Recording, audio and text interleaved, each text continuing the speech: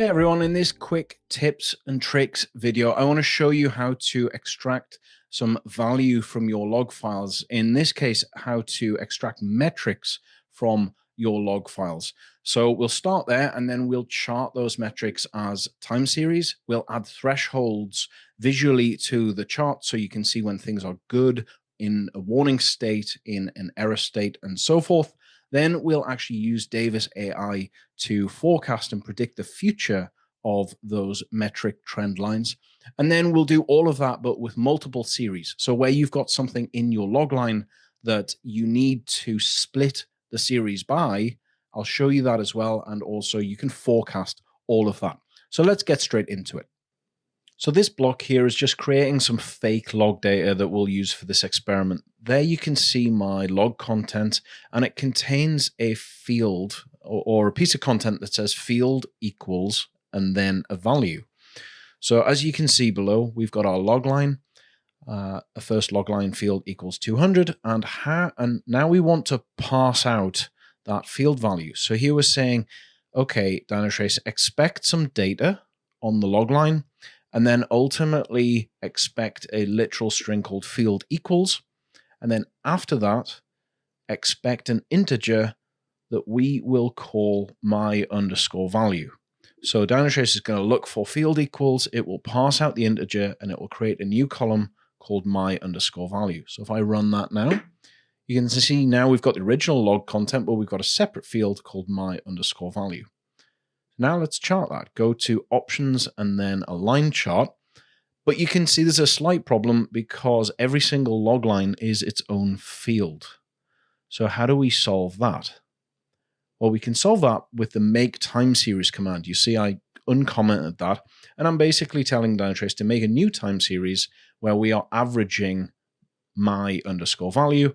And of course, now we get a single time series, which is precisely what I want. Now let's do some cool stuff. If we go to options again and go to thresholds, and we can actually add some visual thresholds onto the chart. So here I'm setting a warning threshold of anything above 120 and a failure threshold of anything above 140. So you get a nice visual indication on the dashboard. Now the other cool thing, if we go back to options and select table, and then what I'll do is I'll just get rid of that make time series because we want the raw data back, and rerun this to get our table back, you'll notice the table has actually held the thresholds. So you can now get a nice visual representation in a table of something being red, green, or orange, or whatever color that you desire. So flipping back to the chart, I've re-enabled my make time series and we've got the thresholds again. And I want to show you something different, which is Davis prediction. So if I go to options and then scroll down to Davis and enable the Davis analyzer and pick forecast. And now I click run. Now you see the green line here is the real data, and the blue bar is actually where Davis is predicting this metric is going to go in the future. So Davis is predicting that this metric is going to trend to 0. Now let's have a look at another example. Again, we've got a log line with a field, but this time we've got a table.